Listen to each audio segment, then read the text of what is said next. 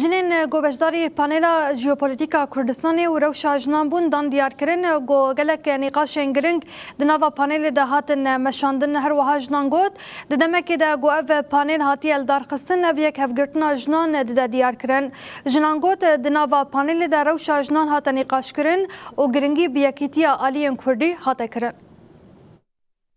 ژنان لە چواربەشی کوردستانەوە ئەمڕۆ بەشداریان کردووە و گفتوگۆی پێگەی سیاسی و جوگرافی سیاسی کوردستان نەکرێ و لە هەمان کاتا ڕۆڵی ژن و کاریگەریەکانی ژن لەم قۆناغەدا و دۆخی کورد بەگشتی و بە تایبەتی پرۆسەی ئاشتی کە ئێمە ئێستا وەکو گەلی کورد لەناو پرۆسەیەکی زۆر هەستیار و کاریگەرداین ئەویش پرۆسەی ئاشتیە. پرۆسەی ئاشتی ڕاستە لە باکووری کوردستان و تورکیاوە سەری هەڵداوە دەستی پێکردووە، بەڵام بە دڵنیاییەوە پرۆسەی ئاشتی پرۆسەیەکە کە چارەنووسی 100 ساڵی گەلی کورد دیاری دەکا و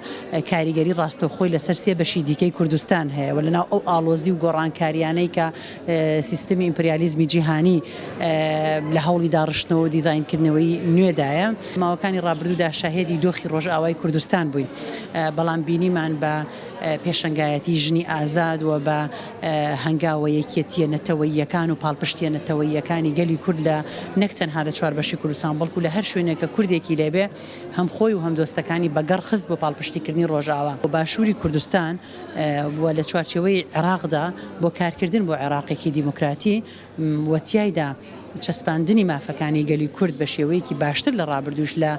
دەستوردا وڵاتی کوردستان و ئەو ڕەوشەی کە ئێرانی تێدایە دیسانەوە ئێمە بە یەکەتی نەتەوەی دەتوانین ئەوەی کە بەدەستمان هێناوە بەڕاستی بیپارێزین و ئەوەشی کە خواست و ئامانجی گەلی کوردە و تێکۆشانی بۆ کردووە ساڵەهایە بتوانین بەدەستی بێنین بۆ خۆی لە قۆناغێکی ئاوادا لە ڕەوشێکی ئاوادا کۆبوونەوەی ژنان گفتوگۆکردن لەسەر ئەم پرسانە بە تایبەتی لە باشووری کوردستان زۆر گرنگ و بەنرخ و واتادارە. من هەموو کاتێک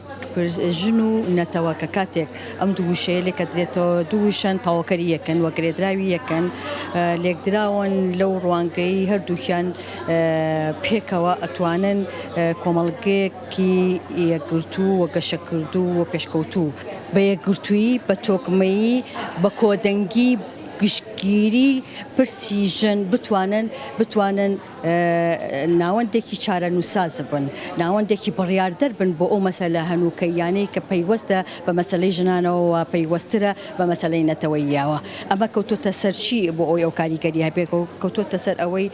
ژن ئەبێ خۆی خاوەنی خۆی بێ، خاوەنی ناسنامەی خۆی بێ، خاوەنی بڕیاردانی خۆی بێ، خۆی بناسیە وەکو هێزێکی وە کارکتەرێکی بەهێز لە ناو کۆمەڵگەیە، چونکە بێبوونی و یەکخستنی تواناکانی ژن